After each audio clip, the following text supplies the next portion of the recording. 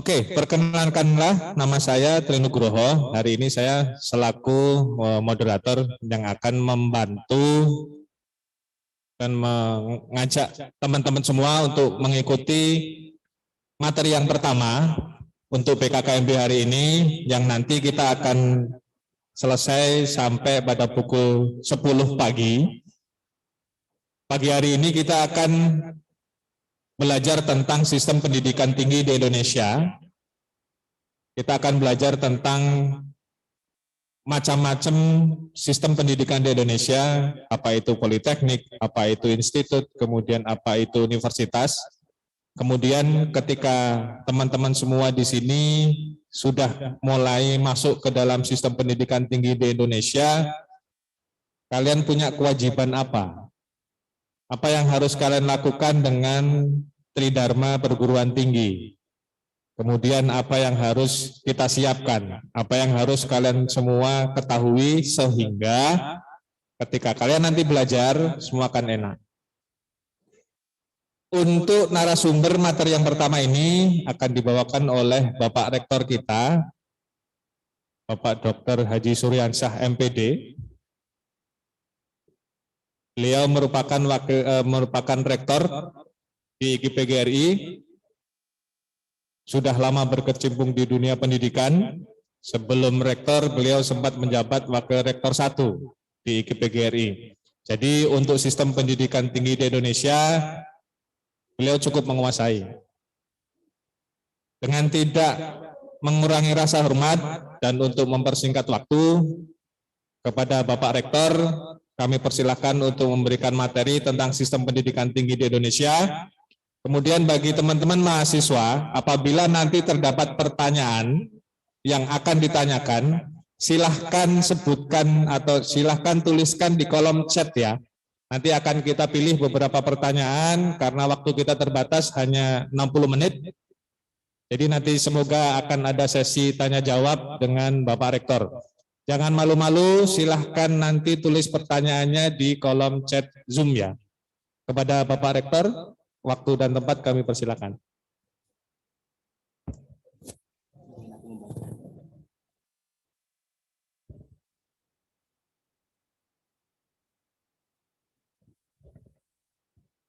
Bismillahirrahmanirrahim.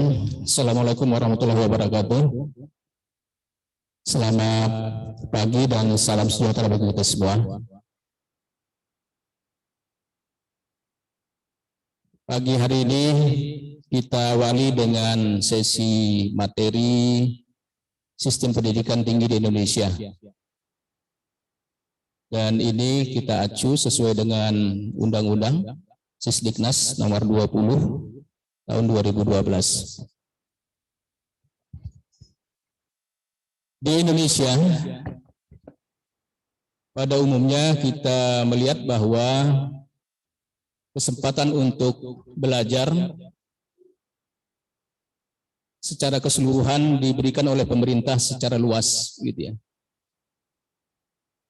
Setiap warga negara tanpa membedakan jenis kelamin, agama, suku, ras, serta latar belakang sosial, semuanya diberikan kesempatan untuk mengikuti pendidikan, termasuk pendidikan tinggi. Dan pemerintah juga sudah mempersiapkan semua akses untuk melanjutkan pendidikan ini. Ya, baik itu membuka perguruan tinggi yang ada di daerah dengan memperkuatnya dan mengakses perguruan tinggi yang bersifat terbuka.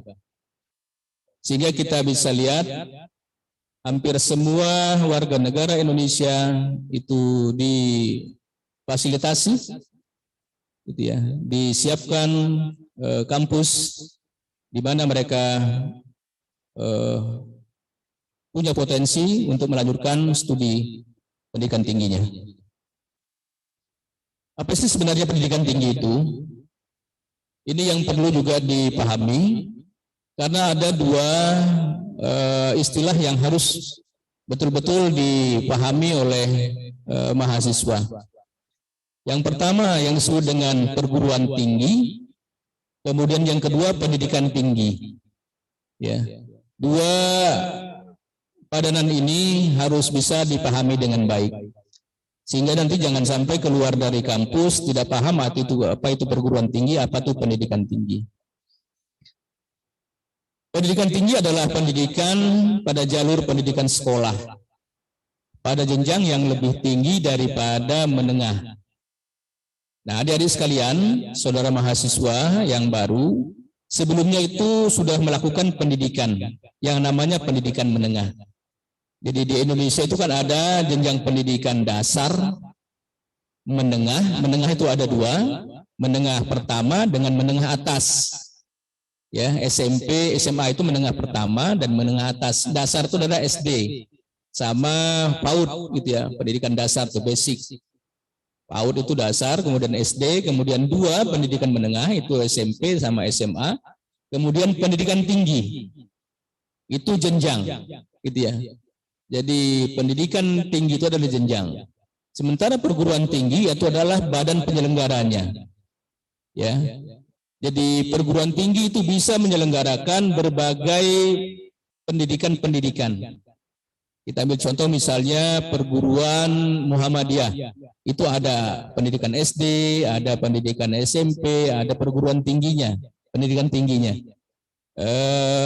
Perguruan Katolik misalnya, itu ada SMP Katolik, ada pendidikan tinggi Katolik begitu ya. Nah, begitu juga dengan perguruan tinggi lain, termasuk PGRI.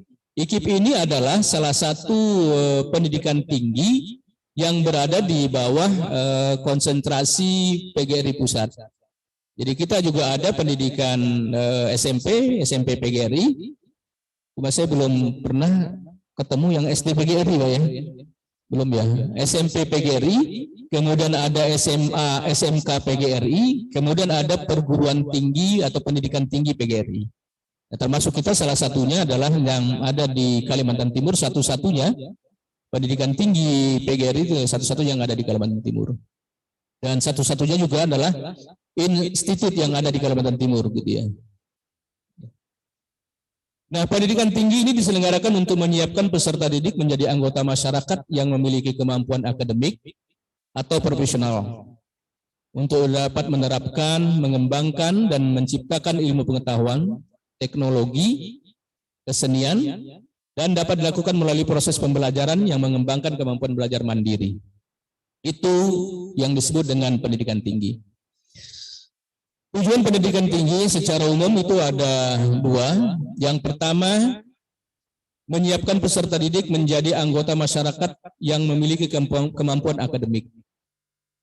Jadi tujuannya adalah menyiapkan bagaimana peserta didik yang dalam hal ini adalah mahasiswa menjadi anggota masyarakat yang memiliki kemampuan akademik atau profesional yang dapat menerapkan pengembangan dan menciptakan ilmu pengetahuan, teknologi, atau kesenian. Yang kedua, tujuan pendidikan tinggi adalah mengembangkan dan menyebarluaskan ilmu pengetahuan. Mengembangkan dan menyebarluaskan ilmu pengetahuan, teknologi, kesenian, serta mengupayakan penggunaannya untuk meningkatkan taraf kehidupan masyarakat dan memperkaya kebudayaan nasional. Itu yang bisa kita lihat dari tujuan pendidikan tinggi. Jadi nuansanya adalah akan mencetak tenaga-tenaga yang memang nanti mampu siap untuk berkiprah di masyarakat. Baik itu di pemerintahan gitu ya, maupun di kegiatan-kegiatan di luar pemerintahan. Klasifikasi pendidikan tinggi secara umum itu ada tiga. Yang pertama adalah pendidikan akademik, kemudian pendidikan vokasi, dan pendidikan profesional. Nah, ini yang perlu sangat juga dipahami oleh mahasiswa. Sekarang saya ini kuliahnya di mana ya? Pendidikan akademik, pendidikan vokasi, apa pendidikan profesional? Nah, kita kadang-kadang juga sering dibingungkan dengan apa sih perbedaan mendasar antara pendidikan akademik, pendidikan vokasi, maupun pendidikan profesional ini. Kita lihat secara sederhana yang disebut dengan pendidikan akademik. Pendidikan akademik di tingkat pendidikan tinggi adalah pendidikan yang diarahkan terutama pada penguasaan ilmu pengetahuan dan pengembangannya. Pendidikan akademik mengutamakan peningkatan mutu dan perluasan wawasan ilmu pengetahuan. Pendidikan akademik diselenggarakan oleh sekolah tinggi, ya boleh, kemudian institut dan universitas. Kemudian pendidikan tinggi, pendidikan akademik ini tidak ada program sarjana, program pasca sarjana. Jadi program pasca sarjana itu ada dua, yang magister maupun yang doktor. Ya, kalau sarjana itu S1, ya, yang sekarang sedang kalian tempuh di KPGRI Kalimantan Timur. Nah, kemudian yang kedua, pendidikan vokasi. Ini juga sering kita dengar, ya. Kenapa SMA, SMK itu disebut dengan vokasi begitu ya? Nah, itu sering kita dengar itu. Malah mungkin nanti dari mahasiswa kita banyak yang juga dari lulusan SMK ini, ya. Nah, pendidikan vokasi ini yang mengarah kepada penguasaan keahlian terapan tertentu. Sehingga kita bisa lihat secara umum pendidikan vokasi selalu mengembangkan model pembelajarannya spesifik. Kalau di SMK, pendidikan vokasi itu jelas dilihat dari program keahliannya. Ya, kalau di SMA itu jurusan ya, jadi ada jurusan IPA, IPS, bahasa. Kalau di SMK itu program keahlian namanya. Kita ambil contoh misalnya di tetangga kita dekat sini itu ada SMK 3. Mereka punya program keahlian tata boga, tata busana, perhotelan gitu ya. Itu vokasi. Makanya disebut dengan penguasaan keahlian terapan tertentu. Ya. Mereka kalau sudah masuk misalnya jurusan perhotelan, keahlian perhotelan, mereka juga tidak tahu yang namanya boga begitu ya. Konsentrasinya nanti kalau keluar mereka sudah siap untuk jadi ahli di bidang perhotelan. Gitu ya. Nah, pendidikan vokasi mencakup program pendidikan diploma 1 yang biasa disebut dengan D1, kemudian diploma 2, diploma 3, dan diploma 4. Rata-rata lulusan pendidikan vokasi yang diploma-diploma itu biasanya mendapatkan gelar ahli pratama, misalnya untuk D1 gitu ya, AP. Makanya di belakang itu ada gelarnya AP. Itu D1 ahli pratama. Kemudian ada ahli muda. Gitu ya, ahli muda. AMA. Gitu ya. Itu ahli itu. Kalau sudah gelarnya di belakang itu AA, itu ahli berarti dari vokasi. Gitu ya. Nanti jangan diganti gitu ya. A itu amat senang banget gitu, jangan gitu ya. Itu gelar ya. Gitu ya. Jangan juga suka nanti dikonotasikan dengan misalnya untuk pendidikan akademik itu ada gelar SPD gitu ya. Sarjana penuh derita, janganlah ya. Gitu ya. Sarjana pendidikan ya. Jadi kalau dulu gelar itu mengikuti di muka, zaman saya ya, zaman old begitu. Kalau zaman now kan sudah tidak lagi gitu. Zaman old, zaman kami dulu gelar itu di depan. Gitu ya. Jadi kita dapat gelar itu yang disebut dengan doktorandus gitu ya, DRS. Kemudian ada dulu insinyur gitu loh ya. Kemudian dokter gitu ya. Semua dulu di depan. Dengan adanya peraturan pemerintah yang terbaru, gelar semuanya di belakang. Gitu ya. Kecuali untuk dokter S3. Gitu ya. Yang lain semua di belakang. Sarjana hukum SH, sarjana ekonomi SE, sarjana pendidikan SPD, sarjana kehutanan SHUT, semua di belakang. Gitu ya. Itu ikuti aturan pemerintah yang terbaru tentang pemberian gelar dan penyebutan gelar. Kemudian yang ketiga adalah pendidikan profesional. Pendidikan profesional ini adalah pendidikan yang diarahkan terutama pada kesiapan penerapan keahlian tertentu. Ini profesi, ya. Nah, pendidikan profesi ini Pak biasanya juga mengikat pada satu pendidikan kedinasan. Dia. Jadi terikat dengan pendidikan kedinasan. Misalnya kita lihat sekarang ini sudah banyak pemerintahan di badan-badan begitu mendirikan perguruan tinggi pendidikan tinggi. Misalnya Telkom, gitu ya. Nah ini Telkom sudah mendirikan sekolah tinggi telekomunikasi, gitu ya. Nah itu nanti melekat dengan profesinya, gitu ya. Manakala nanti keluar ya kerjanya di Telkom, gitu. Gak bisa dia kerja nanti jadi guru, gitu ya. Kemudian perbankan sama, gitu ya. Kemudian kepolisian. Ya, kita lihat itu ada sekolah tinggi ilmu kepolisian sedikit ya. Sekolah tinggi ilmu kepolisian. Ini juga sama gitu. Nanti kalau sudah pendidikan di sana, profesinya yang ke polisi begitu. Ya. Gak bisa nanti jadi menteri gitu ya, jadi perawat gitu. Karena itu memang sudah profesi. Gitu ya. Nah, ada juga pendidikan profesi yang sekarang lagi dikembangkan itu dengan profesi keahlian begitu. Ya, jadi ada pendidikan profesi dengan profesi keahlian. Itu setelah mendapatkan pendidikan jenjang pertama gitu. Ya. Misalnya untuk ambil spesialis kedokteran, nah itu pendidikan profesi namanya. Tetapi setelah dulu harus lulus S1-nya dokter gitu. Ya. Jadi nggak bisa langsung ambil spesialis belum pernah kuliah gitu, belum nggak pernah ke dokter langsung ambil spesialis kebidanan gitu. Aja itu nanti. Orang tidak lahir itu anaknya gitu. Ya. Karena belum menempuh pendidikan S1 ke dokteran gitu lah.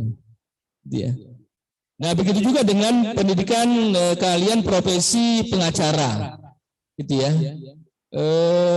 PPAT ya, pembuat akte tanah ya. Nah, itu dulu dimulai dengan sarjana hukum gitu ya.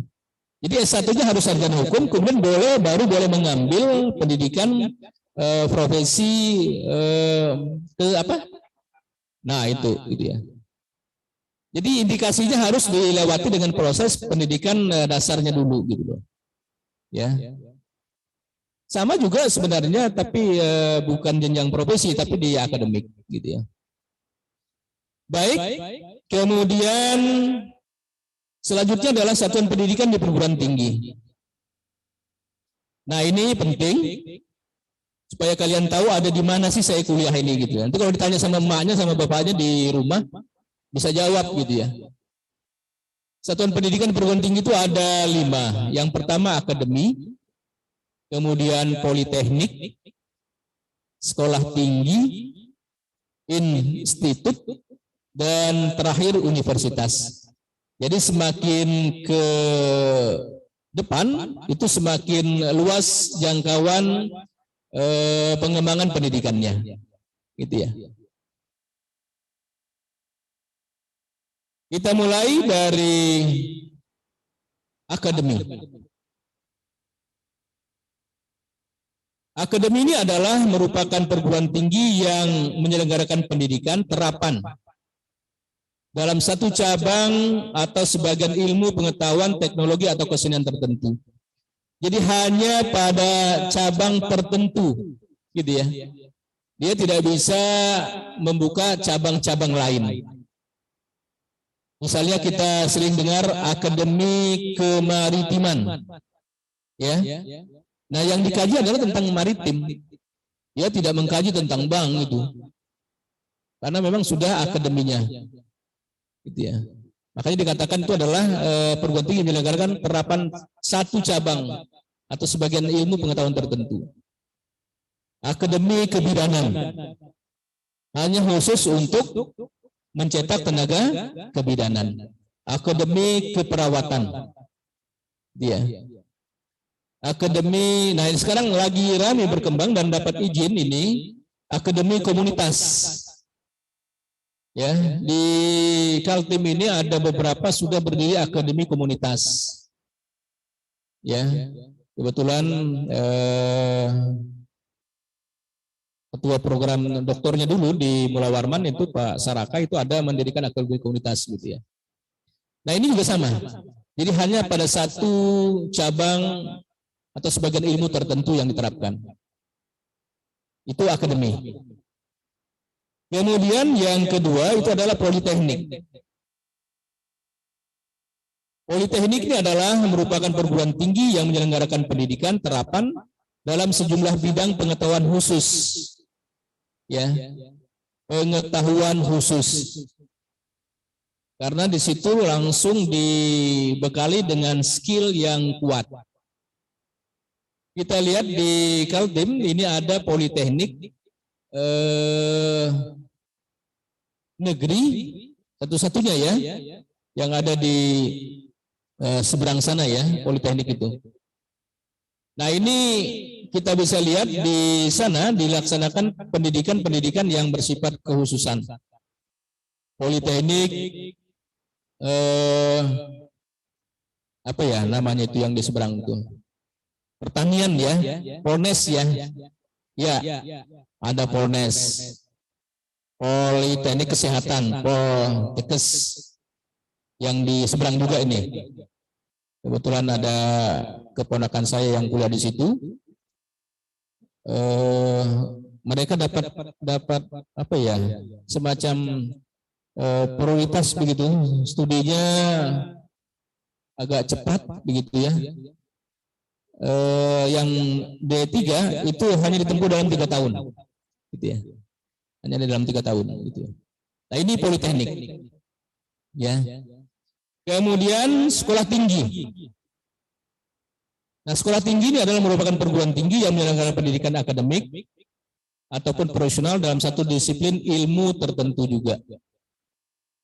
Jadi hanya terbatas pada ilmunya. Jadi masing-masing skopnya pada bidang keahlian tertentu semua. Dia. Sekolah tinggi tadi saya sebutkan sekolah tinggi ilmu kepolisian. Hanya mendirikan tentang bagaimana mencetak kadar-kadar kepolisian yang siap di lapangan. Sekolah tinggi ilmu kehutanan hanya mencetak tenaga-tenaga kehutanan. Sekolah tinggi ilmu komunikasi, sekolah tinggi STIBI, sekolah tinggi di depan kita ini ada ya Wicida gitu ya, Widya Cipta Dharma. Hanya bidang ke-IT-an. Ya, itu sekolah tinggi. Bukan sekolahnya yang tinggi ya. Jangan salah tafsir nanti. Di mana kuliah di sekolah yang tinggi gitu, sekolah tinggi gitu. Nah, kemudian ini yang tempat kita belajar. Ini yang harus kami pahami betul gitu ya. Jadi kalau ditanya apa sih institut itu gitu ya. Minimal bisa jawab lah ya. Kuliah di mana? Di institut. Apa itu institutnya? Nggak tahu juga. Saya baca singkatannya aja IKIP PGRI gitu. Ya minimal paham gitu ya. Jadi klasifikasi gitu ya. Satuan pendidikan itu tadi ada akademik, politeknik, sekolah tinggi, dan institut. Gitu ya. Nah, institut merupakan perguruan tinggi yang terdiri atas sejumlah fakultas. Nah, lebih luas ya. Kalau tadi sekolah tinggi hanya tertentu, tapi kalau institut sudah sejumlah fakultas yang menyelenggarakan pendidikan akademik, profesional, dalam sekelompok disiplin ilmu yang sejenis. Itu bedanya. Kalau yang tadi 3 di depan, itu dalam cabang ilmu tertentu.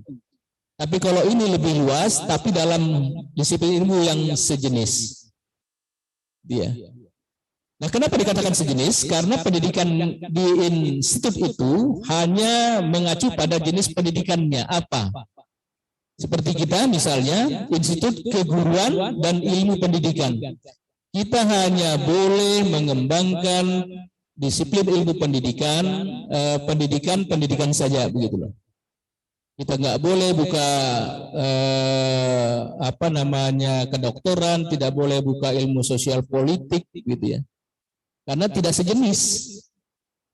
Kalau tentang pendidikan kita sejenis gitu. Misalnya pendidikan matematika, pendidikan kewarganegaraan, pendidikan ekonomi, pendidikan keperawatan olahraga, pendidikan vokasional atau teknologi otomotif.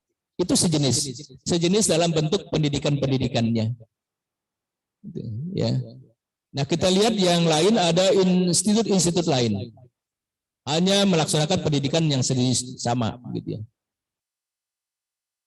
Jadi kalau kita mau buka nanti misalnya 5 tahun ke depan kita mau buka kesehatan misalnya, ya rubah dulu ya supaya tidak sejenis apa yang diambil, ya kita pindah ke universitas gitu ya.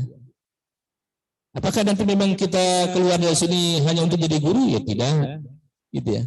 Kalian bisa jadi apa saja.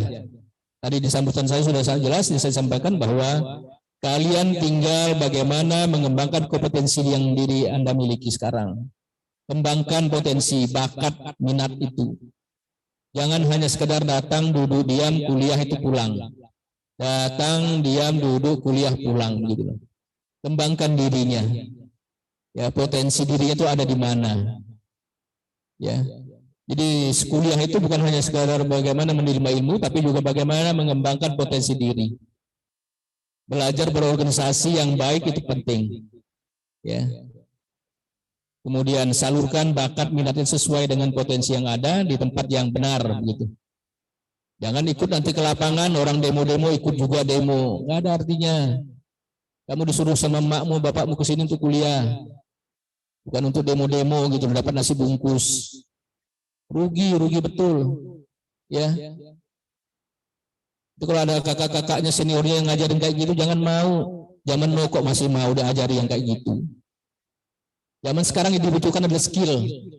Kalau kalian hebat, pulang kampung itu dicari orang. Tapi kalau kalian biasa-biasa saja pulang kampung orang tidak nyari. Ya. Apa itu skillnya? Tambah skillnya di situ. Kalau misalnya jurusannya nanti pendidikan ekonomi, ambil skill bagaimana tentang komputer akuntansi. Bagaimana penguasaan pajak gitu ya, penguasaan dalam penguasaan pajak, penghitungan pajak atau perbankan kalau dia di ekonomi. Kalau olahraga, kembangkan potensinya di bidang olahraga. Jadilah pelatih wasit bola voli, wasit pelatih basket, wasit pelatih sepak bola. Kalau kamu pulang kampung kamu dicari, gitu ya. Selama ini alhamdulillah wasit-wasit di daerah itu. Kemarin termasuk yang di Kutai Barat, saya ke sana itu pelatih dan wasit di sana untuk pelatihan itu yang dipakai justru alumni IKI-PGRI semua. Itu loh. Kenapa? Karena mereka tambah skillnya tadi. Jadi bukan hanya kuliah, tapi tambah skill gitu loh. Kita punya waktu kok. Ya, anak ekonomi itu kuliahnya malam jam 7, paginya ngapain? Ya tambah skill. Bayar Pak, nggak bayar. Kalau kamu ke BLK sana, itu ikut pelatihan di situ malah didapat uang saku. Ya, apa saja keterampilan situ banyak yang didapat. Alhamdulillah nih kemarin kita sudah ada MOU dan sudah dilaksanakan prakteknya otomotif itu. Gitu ya. Banyak skill yang didapat di situ. Skill lain lagi banyak yang lain-lain itu.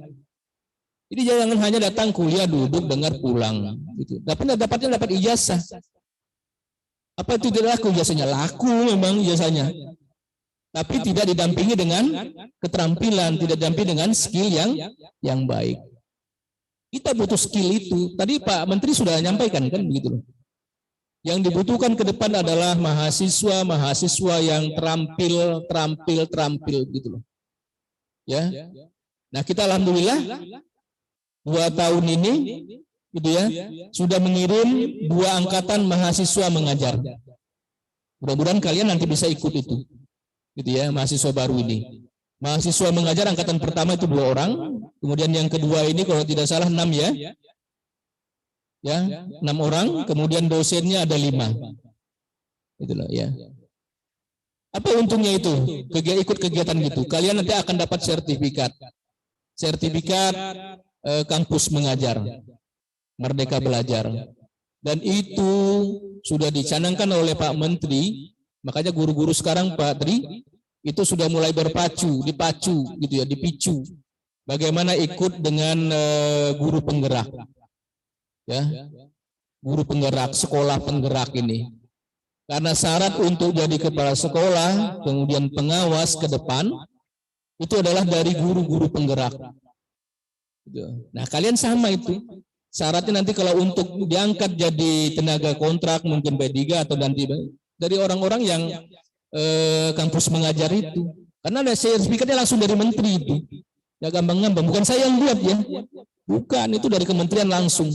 Tadi juga sudah disebutkan dibiayai gitu loh. Biaya hidupnya dapat itu. Lalu nanti akan dikirim ke daerah-daerah perbatasan yang daerah-daerahnya yang minus, kemudian tidak ada guru IT dan seterusnya. Nah, dari keilmuan yang didapat di kampus ini itulah yang diterapkan gitu. Nah, apalagi sekarang saya kebetulan di pengurus PGRI di provinsi itu membidangi gitu ya. Saya membidangi di ketua bidang pendidikan gitu, pengembangan pendidikan. Nah, kemarin saya ditantang itu untuk kerjasama dengan pemerintah provinsi membuat bagaimana mahasiswa IKIP siap enggak diterjun ke lapangan gitu loh. Dananya dari provinsi untuk mendampingi guru-guru SD, guru-guru SMP yang IT-nya, penguasaan IT-nya lemah. Dan di sekolah gitu loh. Nah, saya belum jawab itu. Gitu ya. Karena yang diminta bukan hanya mahasiswa juga dosennya gitu loh. Nah, saya bilang siap gitu, dosennya malah nggak siap gitu. Saya yang bermasalah begitu ya. Nah, ini dibiayai oleh pemerintah provinsi. Gitu ya. Dan banyak dana di pemerintah provinsi itu karena saya juga kebetulan di Majelis Ulama Indonesia untuk Provinsi Kalimantan Timur saya membidangi bidang ketua pendidikan dan kaderisasi. Gitu ya. Kemarin itu diminta 40 mahasiswa yang akan dikirim ke Gontor Unida Universitas Darussalam Gontor itu 40 yang diminta pemerintah provinsi, itu yang mendaftar hanya 24 gitu loh. Gitu ya. Maaf, bukan 24 malah 16 gitu ya. 16 saja yang mendaftar, padahal dibiayai itu. Biayanya besar itu Pak, 23 juta untuk satu orang itu selama 6 bulan. Pulangnya bisa beli motor tuh. Asal di sana makan tahu tempe gitu ya. Bayangin itu 23 juta satu orang gitu loh. Saya buat pengumuman itu selama 1 bulan di webnya majelis, kemudian saya juga sudah sosialisasi ke Majelis Ulama Kabupaten Kota untuk minta gitu loh, siapa yang mau dididik 6 bulan di Jawa Timur itu, di Ponorogo, di Gontor itu, siapa yang mau gitu loh. Hanya 16 yang mendaftar itu. Gitu ya. Dan 14-nya cewek gitu loh. Luar biasa ini. Luar biasa, padahal yang kita minta itu cowok semua gitu, ceweknya hanya diminta 2. Justru terbalik itu. Cowoknya yang 2, cewek semua itu. Ya, padahal saya sudah gerilya itu 10 kabupaten kota sekaltim, saya minta minimal mengirimkan 2. Kutai Barat 2, Bontang 2, Sangatta 2 begitu. Ya. Ini sudah jalan, nanti Desember sudah kita tarik. Di awal Juli kemarin sudah kita kirim gitu ya. Nah, tinggal kita saja ini gitu ya. Saya kebetulan pas dapat posisi seperti itu tinggal mencari siapa yang mau dulu. Sebelumnya kita sudah 2 angkatan, di sini ada mahasiswa kita yang dikirim. Cewek juga sama cowok gitu ya. Cewek juga sama cowok gitu ya. Kebetulan kemarin saya suruh ngantar ke sana, saya bersama dengan kegiatan lain, saya bilang mohon maaf kalau bisa yang lain saja, akhirnya saya mintalah ketua komisi pendidikan itu yang mengantar ya, ke Jawa Timur itu.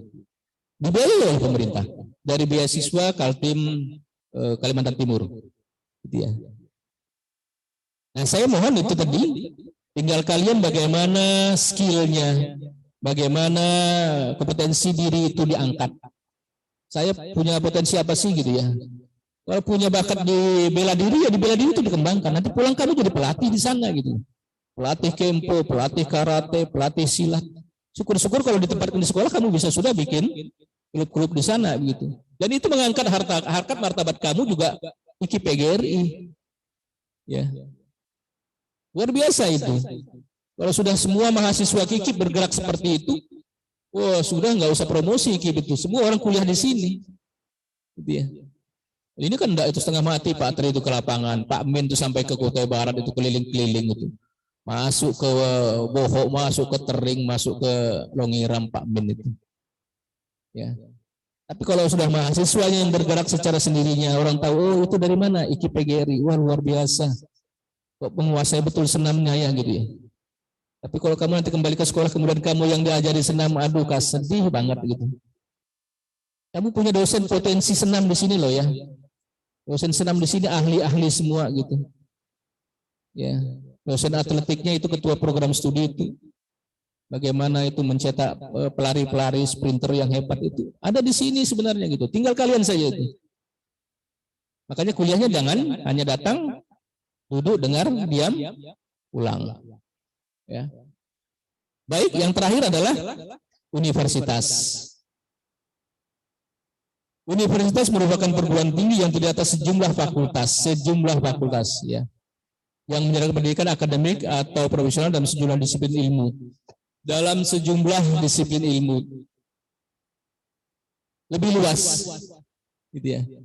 Nah, kebetulan kita di sini yang negeri ada satu, gitu ya, yang selalu kita dengar dengan Universitas Mula Warman, gitu ya.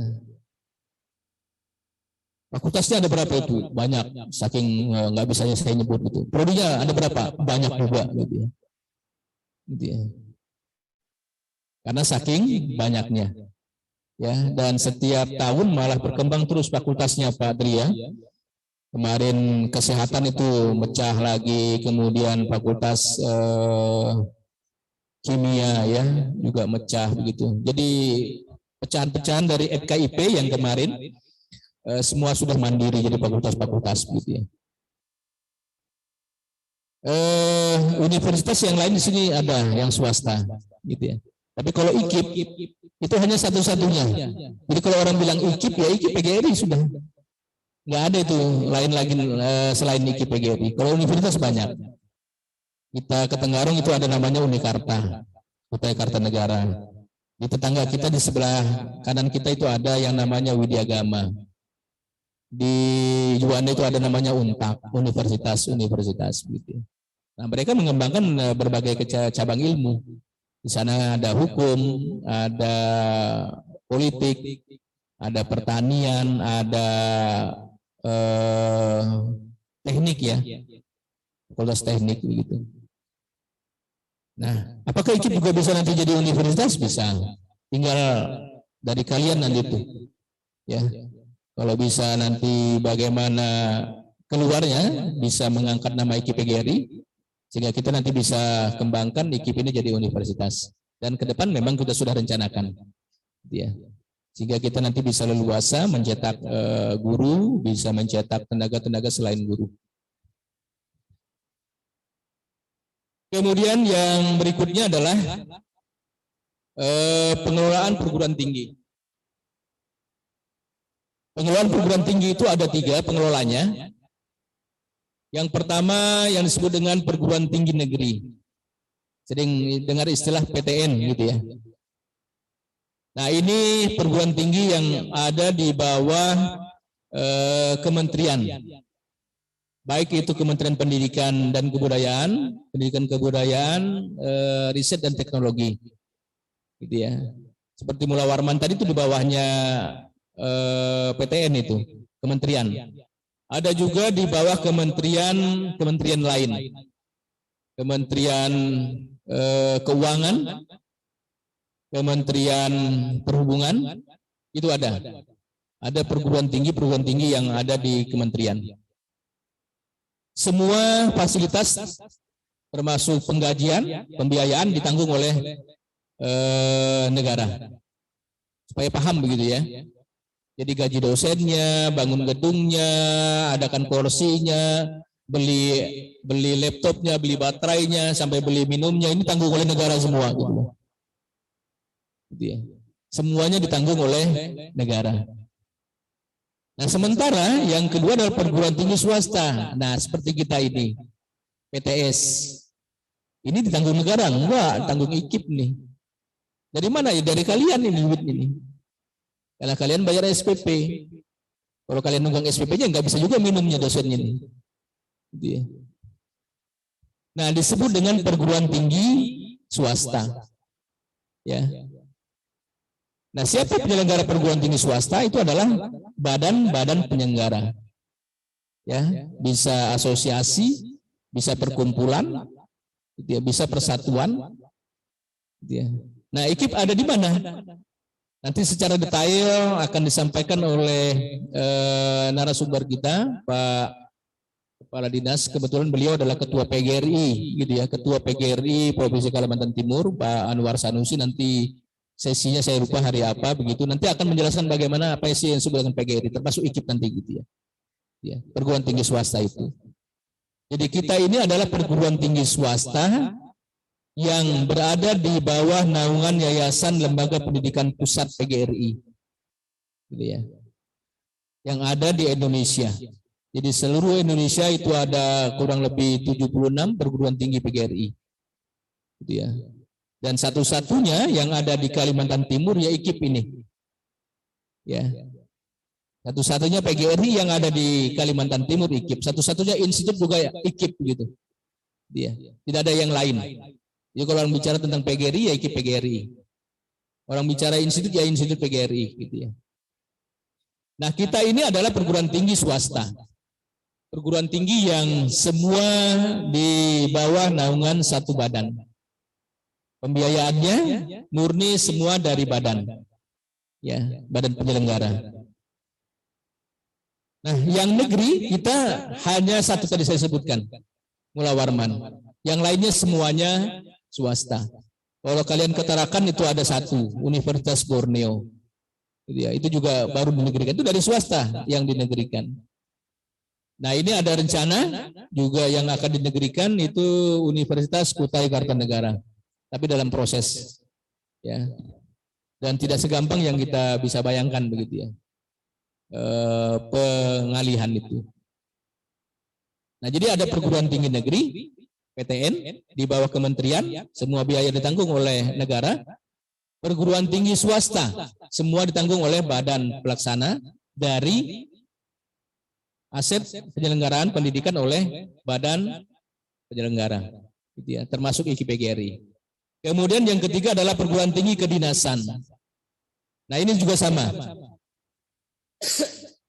Kedinasan ini juga ada pendidikan yang berada di bawah dinas-dinas kantor dinas tertentu. Tadi sudah kita singgung secara sederhana.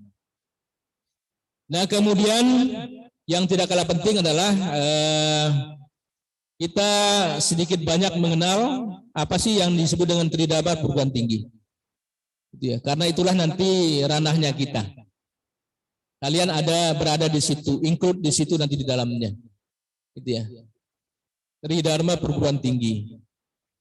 Tridharma perguruan tinggi itu secara umum dibagi 3.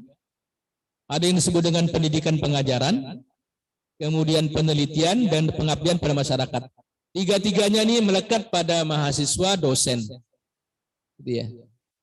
Melekat pada dosen dan mahasiswanya. Pendidikan tentu saja adalah aktivitas proses belajar mengajar yang kalian lakukan nanti di kampus. Yang dosen berikan secara teori, praktek lapangan, praktek laboratorium, gitu ya. Baik secara langsung maupun tidak langsung. Itu terkait dengan pendidikan pengajaran. Kalian akan diberikan berbagai cabang ilmu pengetahuan sesuai dengan kompetensi dosen mengajarnya. Sesuai dengan kompetensi keahlian dosen mengampu mata kuliahnya. Ya. Jadi nanti secara totalitas itu ada 144 minimal SKS yang kalian tempuh, ya. Untuk S1. 144 dan maksimal 160. Selama 7 semester. Ya. 7 semester itu identik dengan 3,5 tahun. Ya, teori itu ada di sana pada saat proses belajar mengajar terjadi. Nah, semester ke-8 kalian sudah melakukan nanti yang disebut dengan penelitian. Dia, penelitian. Nah, pengabdian masyarakatnya ada di pada saat juga pendidikan pengajaran itu. Terlibat secara langsung penelitian nanti pengabdian. Nah, untuk itu maka saya berharap banyak dalam proses belajar mengajar. Jangan nanti hanya sekedar mengejar kelulusan, ya. Yang penting lulus jangan. Bagaimana caranya dapat ilmunya? Nilai kemudian, gitu ya. Untuk apa nilainya tinggi tapi tidak bisa apa-apa? Nanti manakala pada saat praktek magang ke lapangan atau praktek magang mengajar, gitu ya. Kita tidak dapat apa-apa, nilainya bagus. Kuliahnya dapat nilainya A, gitu ya. Tapi mengajarnya setara dengan nilai C, itu kan malu-maluin. Gitu ya. Mending dapat C tapi mengajarnya A. Ya. Tapi saya berharap dua-duanya. Nilainya bagus, gitu ya. Kompetensinya juga bagus. Gitu. Jadi ikuti perkuliahan itu nanti dalam proses belajar mengajar yang akan disampaikan oleh para dosen dengan serius. Sekalipun melalui daring dan seterusnya. Kemudian yang kedua adalah penelitian. Nah ini juga sama. Penelitian ini adalah satu aktivitas yang nanti wajib dilakukan oleh mahasiswa. Apapun bentuknya. Terkait nanti dengan tugas akhir. Ya. Kalian akan dapat yang namanya tugas akhir untuk melakukan penelitian. Dan itu semua nanti terbimbing. Gak usah takut begitu ya. Aduh bagaimana ya penelitiannya, gak usah. Karena bagaimanapun nanti semuanya terbimbing. Dan dilengkapi dengan 2 dosen, dibantu oleh 2 dosen pembimbing. Bagaimana menulis, bagaimana mencari data, bagaimana membuat laporan dan seterusnya. Semua dipandu, dibimbing oleh 2 dosen. Ya, tidak ada yang sulit saya kira kalau memang kita mau. Kemudian yang terakhir adalah pengabdian pada masyarakat. Nah ini yang harus kita lakukan. Nanti ada dosen bersama mahasiswa. Ya, justru yang paling menarik, yang paling tinggi nilainya adalah pengabdian dosen bersama mahasiswa. Ya, nanti kalian kalau diajak dosennya, ya sudah ikut kita ke lapangan untuk pengabdian masyarakat begitu lah. Nanti jangan dipunya bayangan gitu, pengabdian masyarakat nanti kami suruh nyangkul lah Pak. Enggak gitu. Kamu enggak bukan suruh nyangkul kok cari apa namanya pergi nangkap ikan, enggak. Yang disebut dengan pengabdian itu bagaimana kita mempotensikan, memberdayakan masyarakat dengan ilmu yang kalian dapat gitu bersama-sama dosen. Misalnya melakukan penyuluhan, di sana ada koperasi. Ya, orang-orang ekonomi ya. Nah, koperasi itu enggak jalan-jalan. Nah, ini dosennya bersama dengan mahasiswa coba disuluh. Diberikan ilmu bagaimana sih memajukan koperasi ya, di daerahnya. Nah di olahraga misalnya juga sama ya. Di sana itu ada klub tapi nggak jalan-jalan klubnya. Nah kalian sama-sama dosen tuh melakukan penelitian kemudian melakukan pengabdian masyarakat supaya klub ini bisa bangkit, masyarakatnya bisa berolahraga dengan baik dan seterusnya. Yang di vokasional misalnya juga sama. Bagaimana misalnya membina para tenaga montir gitu ya, servis-servis yang ada di pinggiran itu. Mereka belum pernah misalnya ketemu dengan motor listrik. Nah nanti kalau diajarkan sini bagaimana servis motor listrik ya kalian buat itu pelatihan bagaimana servis motor listrik gitu ya. Jangan nanti sama dibongkar sama servis yang nggak pernah bongkar motor listrik, dibongkar semua habis itu. Nanti pasang bautnya kelebihan malah itu. Gitu ya. Ya. Nah itu yang disebut dengan pengabdian. Bukan kalian di lapangan pengabdian itu kita mengabdi gitu ya, nungguin rumahnya apa enggak begitu. Perguruan tinggi itu intelektual. Kerjanya adalah bagaimana menanamkan, memberikan pemahaman dan penguasaan kepada masyarakat. Kemudian saya kira itu yang bisa saya sampaikan untuk sesi pagi hari ini, pembuka ini. Saya berharap banyak nanti tolong pada mahasiswa baru yang ada di sini dan di rumah diikuti dengan baik semua sesi materi yang disampaikan oleh para narasumber, karena sesungguhnya itu adalah awal pembekalan bagi kalian untuk memahami kampus sesungguhnya. Bagaimana sih dari siswa maha itu menjadi mahasiswa gitu loh ya. Siswa maha itu siswa saja gitu kan. Sekarang kita balik, mahanya ditaruh ke muka, siswanya ke belakang. Kalau yang sebelumnya adalah mahanya di belakang, siswa maha, siswa saja itu ya. Kemudian dibalik, taruh ke depan, mahanya jadi maha siswa, siswa yang besar gitu ya. Nah supaya nanti paham, kuliah itu nanti tidak nanggung, tidak hanya asal kuliah. Saya kira itu, terima kasih. Assalamualaikum warahmatullahi wabarakatuh. Waalaikumsalam warahmatullahi wabarakatuh. Ini materi yang diberikan oleh Pak Rektor sebagai awal, itu lumayan menggugah ya. Jadi nanti teman-teman semua diharapkan bisa dan mampu untuk mengembangkan potensi diri selama belajar di IKIP PGRI. Jadi nanti kalian akan mendapatkan 2 ilmu. Yang pertama ilmu murni dari masing-masing fakultas, kemudian ditambahkan dengan ilmu bagaimana cara mengajar. Seperti apa mempersiapkannya, kemudian bagaimana cara mengaplikasikannya. Kemudian Bapak, ini ada 2 pertanyaan sudah muncul. Yang pertama dari Aditya Ansori Febriansyah dari PVTO menanyakan, Bapak, saya mau bertanya, untuk gelar S1 vokasi, apakah akan sama seperti gelar yang didapat oleh diploma 1, diploma 2, dan diploma 3, contohnya AP, AMA? Pertanyaan nomor 1, Bapak. Nomor 2, ini dari Rusdi Dwi Fauzin dari PKO bertanya, apakah ada program kampus IKIP dalam meningkatkan kualitas atau skill mahasiswa, khususnya prodi kepelatihan olahraga, sebagai contoh mengikuti event-event olahraga untuk menguji kemampuan skill mahasiswa untuk masa depan mahasiswa tersebut. Jadi mungkin yang dimaksud apakah ada pelatihan khusus yang dilaksanakan oleh kampus sehingga mahasiswa mempunyai skill untuk dapat mengikuti event-event olahraga. Dua itu dulu Bapak pertanyaan, monggo.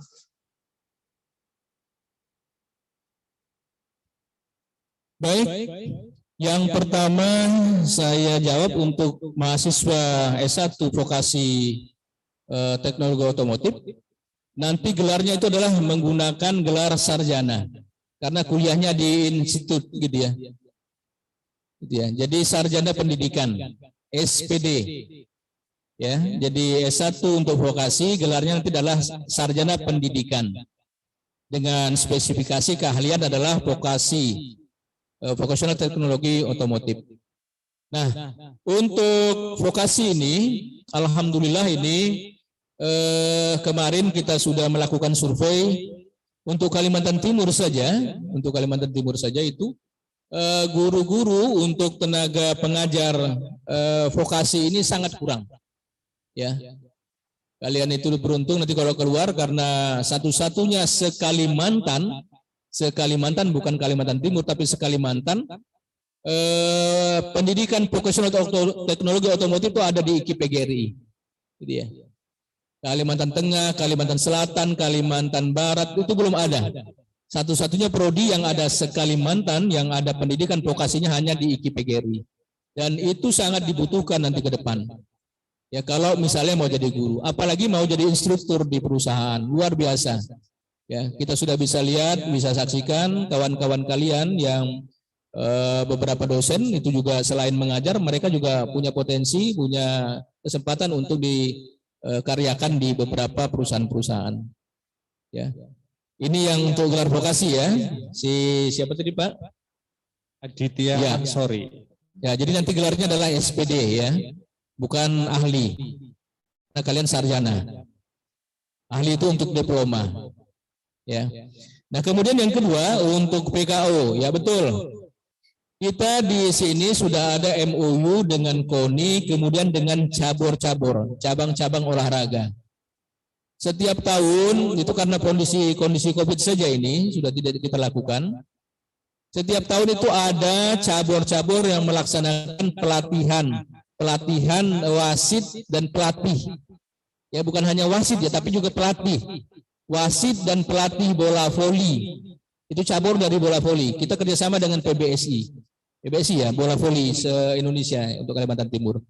Kemudian juga dengan Perbasi, bola basket. Itu ada pelatih dan wasit bola basket. Kemudian juga ada pelatih untuk sepak bola, wasit dan sepak bola. Kemudian yang lain-lainnya banyak. Untuk bela diri kita sudah punya di sini UKM untuk bela diri. Ini saya mau bentuk, bukan dibentuk lagi, tapi sudah masuk dalam mata kuliah. Mudah-mudahan itu bisa berdiri mulai tahun ini. Sudah itu yang namanya Perkemi, Kempo. Gitu ya. Karena saya juga atlet Kempo, saya pemegang sabuk biru saja gitu ya, belum sempat sampai ke hitam gitu ya. Ada karate, ada silat, gitu ya. Tinggal kita mau pilih yang mana begitu. Ya. Nah kemudian ada juga di sini untuk pengembangan diri yang terkait dengan olahraga yang tidak diajarkan tapi disiapkan, gitu loh. Panahan misalnya.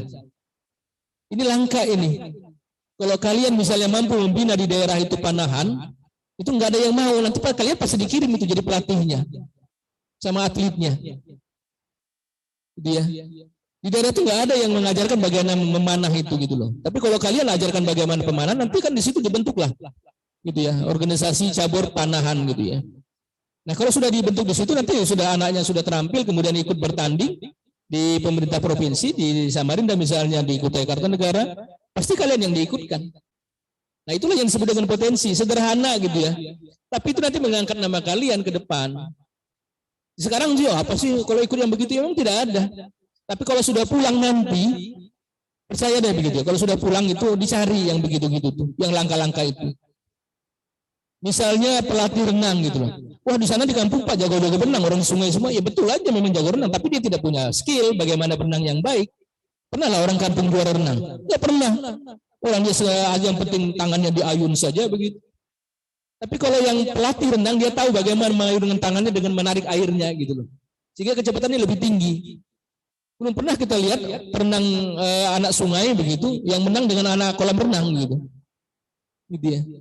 Nah, sederhana itu. Kalau kalian punya potensi itu renang, di sini kita punya gitu ya. Punya pelatih renang dan apa namanya? Mata kuliah renang itu. Dia. Tinggal kalian gitu loh, yang mau dikembangkan potensinya di bidang apa. Makanya saya bilang tadi asah potensi, skillnya masing-masing. Ada di mana gitu. Jangan nanti hobinya di basket, masuknya ke renang gitu. Nggak nyambung dia. Jaga sembung itu namanya, nggak nyambung gitu. Kalau punya potensi di basket, ya basket kembangkan. Kita punya lapangan basket. Kalau punya potensi di bola takraw, kita punya lapangan takraw. Ya. Di sini sudah lengkap fasilitasnya. Hanya kolam renang yang belum nih. Nah, jadi potensi itu ada di lembaga, tinggal kita kembangkan dan tinggal kalian yang mau. Mau nggak itu mendaftar? Mau nggak ikut itu dilatih? Saya sudah dari awal sebutkan tadi, tolong dikembangkan dirinya itu, jangan hanya datang duduk kuliah dapat teori tapi tidak punya potensi apa-apa. Ya, tapi kalau kalian punya potensi itu, pada saat kampus mengajar dikirim ke daerah, sederhana itu saja yang dikembangkan sudah jalan itu. Melatih poli di daerah itu. Ya, jadi wasit bagaimana jadi wasit bola poli nggak gampang itu, nggak seberang seprit saja jadi wasit itu. Gitu ya. Yang namanya pengambil bola double gitu ya. Itu wasit orang poli yang tahu, kalau kita sembarang aja. Kena badan, kena apa, yang penting bolanya balik itu sudah sah begitu. Mana bisa kalau orang poli tahu dia.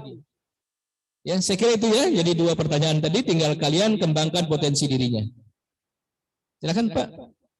Ya, terima kasih. Dari yang hadir ada yang mau bertanya? Sudah? Boleh. Ambil mic-nya dulu, Mas. Perkenalkan, nama saya Dewa Agung Nugroho dari jurusan PKO.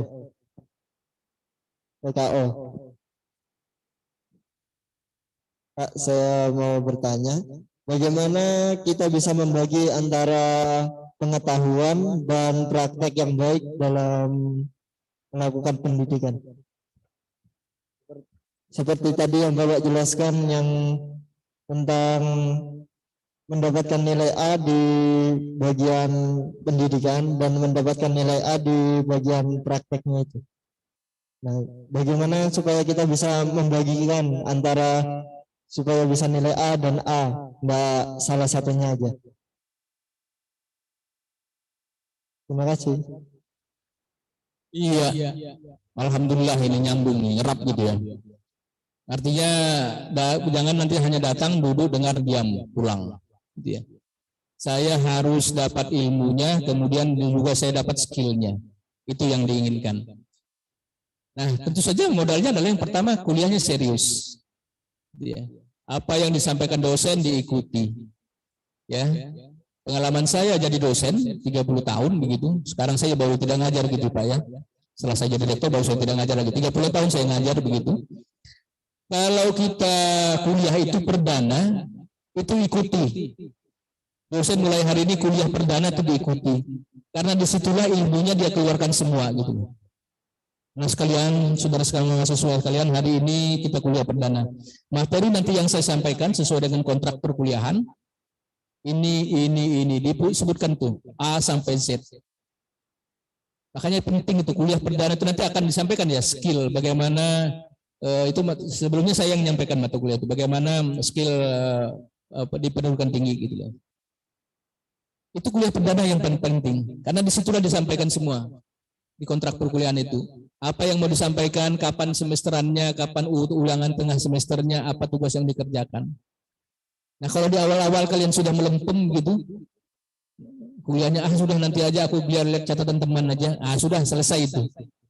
Teman kamu tuh nyatatnya tuh dilingkari kasih panah, lingkari kasih panah, dia paham. Tapi kalau kamu apa tuh ya panahnya, oh nanti mungkin yang dilingkari nanti berbuah gitu kali. Kamu nggak nyambung, ya.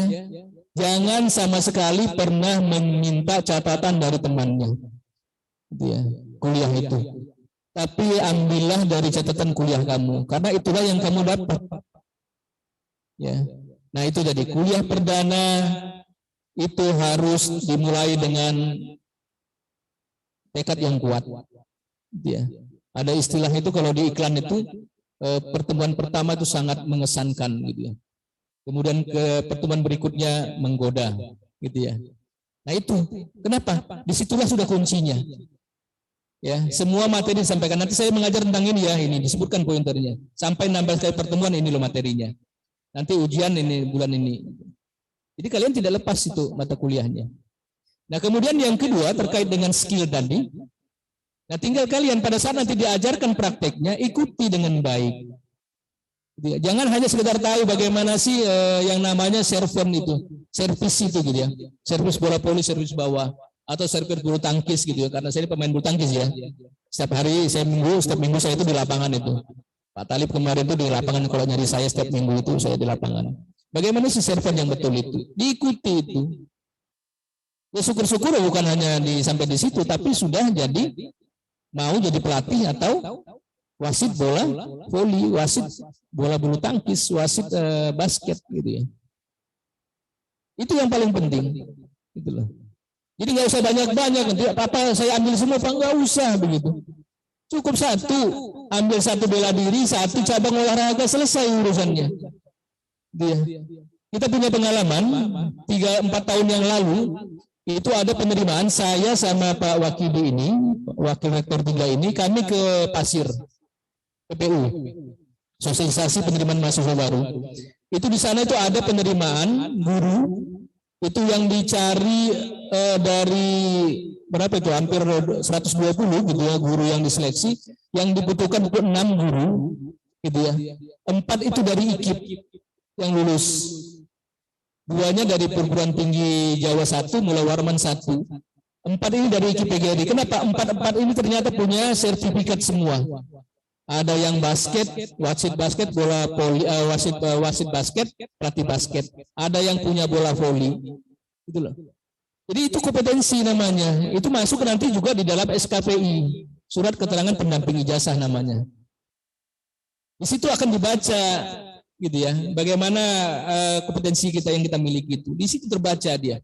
Oh, ini mahasiswa ternyata punya sertifikat pernah debat internasional bahasa Inggris sampai ke Malaysia gitu. Oh, itu dicari yang begitu. Sangat-sangat tidak profesional kalau ada di daerah mengambil orang yang tidak punya sertifikat dengan yang punya sertifikat gitu. Misalnya kepala dinasnya ada seleksi, ini mau diangkat guru honor, dia pilih yang tidak punya apa-apa gitu loh. Itu tidak profesional namanya. Tapi kalau yang dia pilih dengan ada sertifikat, itu nanti memajukan daerahnya, memajukan sekolahnya gitu. Ya, enggak gampang dapat sertifikat itu. Dia. Memang segampang itu orang bim salabim dapat sertifikat gitu, enggak bisa. Itu ada tahapannya, bagaimana dia berlatih, bagaimana dia menerapkan keilmuannya, kemudian bagaimana dia bertanding, baru dapat sertifikat. Untuk itu maka setiap orang dapat sertifikat, dapat penghargaan. Gitu ya. Kalau saya dulu serius juga main bulu tangkis, Pak ya. Saya dapat jadi atlet bulu tangkis itu kan juara olimpiade, saya dapat berapa? 2M gitu ya. Tapi karena saya tidak serius kan saya nggak bisa masuk saya. Nah, itulah yang kita lihat dengan kompetensi. Jadi semakin tinggi tingkat kompetensi seseorang, maka semakin tinggi pula tingkat penghargaan itu diberikan. Tinggal kita kalau begitu ya. Mau nggak dihargai begitu? Kalau kita biasa-biasa saja ya orang juga menghargai biasa-biasa saja. Tapi kalau kita luar biasa, orang menghargainya juga luar biasa. Gitu ya. Itu kuncinya. Itu. Makanya saya dari awal tadi jangan datang dulu dengar diam pulang. Gitu ya. Bikin dah apa yang bisa kalian angkat potensinya. Saya kira itu. Terima kasih. Yes, terima kasih juga waktunya Bapak. Ini ada satu lagi pertanyaan yang menurut saya bagus Pak, pertanyaan terakhir dari Josias Fernandes dari Prodi PVTO. Yang ditanyakan adalah apa yang dimaksud dengan penelitian dan apa yang dilaksanakan pada saat penelitian, Pak.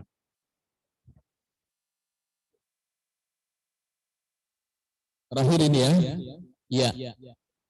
Di perguruan tinggi itu nanti salah satu kewajiban kalian selain kewajiban nanti kuliah, ya, kemudian praktek, itu nanti ada praktek kelas, praktek lapangan.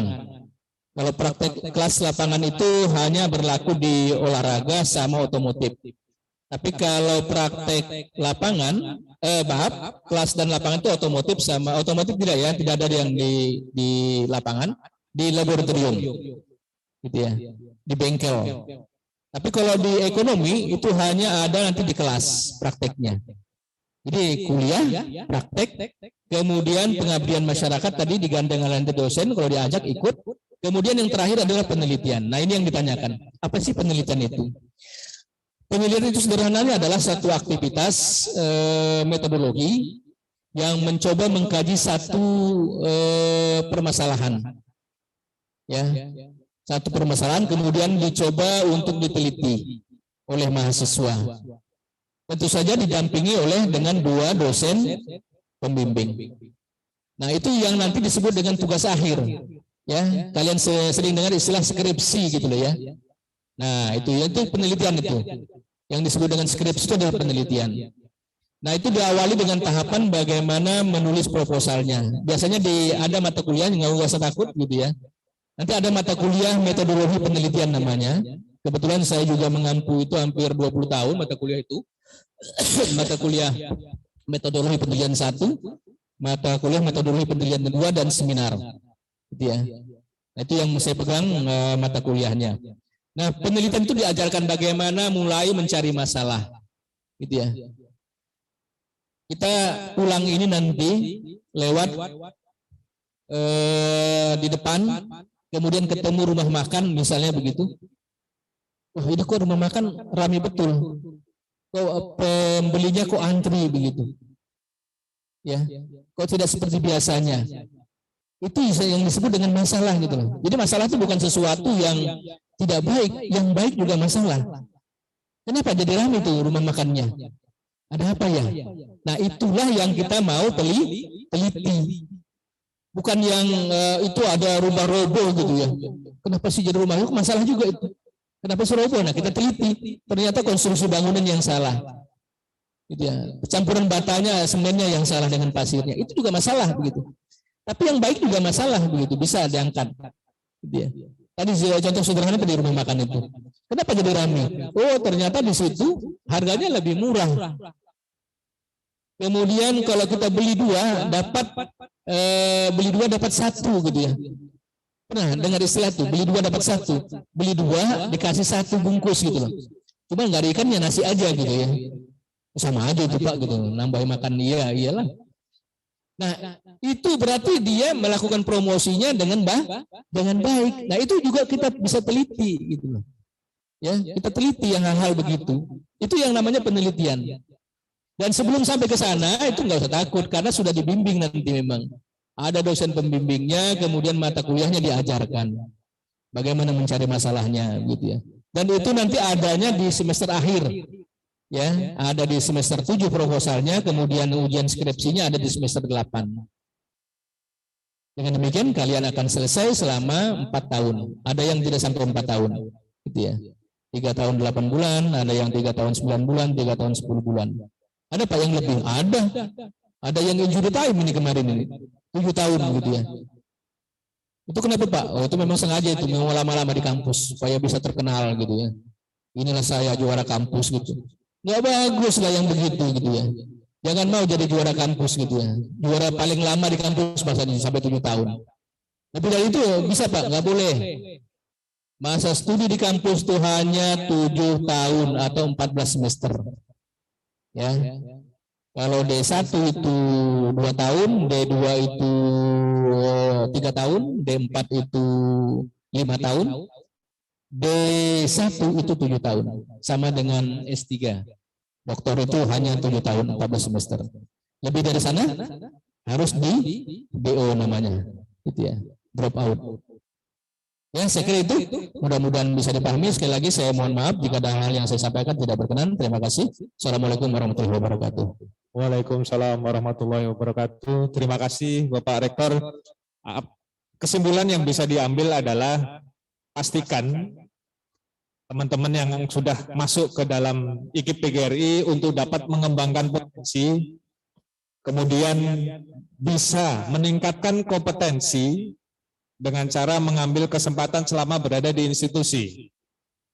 Di sini banyak sekali pelatih-pelatih, kemudian banyak sekali dosen-dosen yang mempunyai kompetensi di lain atau di luar kompetensi untuk mengajar. Jadi apabila kalian ingin meningkatkan kompetensi di bidang yang kalian suka, silahkan cari di sini, kita belajar bersama, kita menjadi orang yang nanti akan bisa membanggakan institusi dan mungkin membanggakan buat diri sendiri.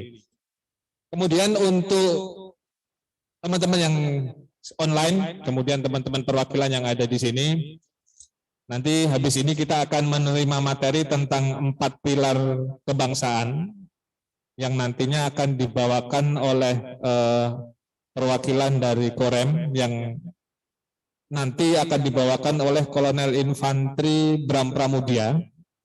Jadi nanti pastikan kalian paham apa yang dimaksud dengan 4 pilar.